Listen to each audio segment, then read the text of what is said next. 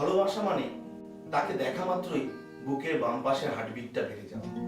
যোগ্যতা আর সৌন্দর্য দিয়ে ভালোবাসা হয় না, মন যখন যেখানে বাধা পড়ে যায় সেটাই ভালোবাসা। ত্যাগ আর ভোগের মাঝখানে পাতলা আবরণটাকে কি ভালোবাসা বলে? চৈত্রের খরায় যেভাবে মাটি ফেটে যায়, বৃষ্টির প্রেমে আবার প্রাণ ফিরে পায়।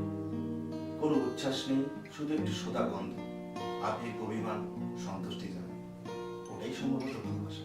প্রেমের গল্প তো সবারই আছে, কিন্তু যে প্রেমগুলো বিয়ের মণ্ডপে গিয়ে পরিণতি পায় সেগুলো গল্প নয়, সেগুলো রূপকথা। হাজারো ঝগড়ার পরে যে সম্পর্কটি টিকে থাকে ওটি সম্ভবত ভালোবাসা। ভালোবাসা এক ধরনের পাগলা, যে যাকে যত বেশি ভালোবাসে তার জন্য তত বেশি সে পাগল। যে মানুষটা সত্যি তোমাকে ভালোবাসবে সে কোনো না কোনো বাহানা দিয়ে তোমার সাথে কথা বলতে চায়, তোমাকে খোঁচা দিয়ে কথা বলবে, তোমার উপর রাগ করবে, কারণ সে শুধু তোমার সাথে কথা বলতে চায়।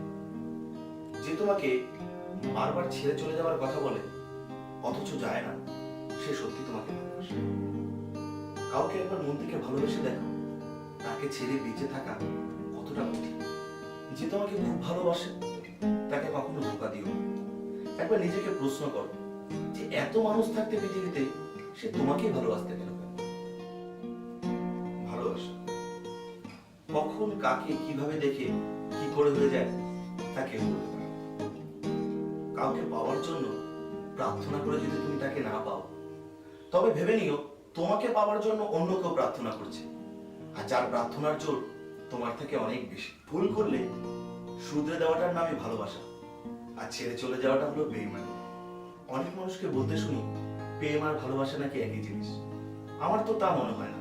প্রেম আর ভালোবাসা কখনোই এক নয়, কারণ প্রেম তো হাজার জনের সাথে করা যায়, কিন্তু ভালোবাসা সেটা একজনকেই বাসা যায়। হাই ফ্রেন্ডস, আমাদের ভিডিওটা যদি আপনাদের ভালো লেগে থাকে তাহলে অবশ্যই লাইক করুন, সাবস্ক্রাইব করুন এবং শেয়ার করবেন।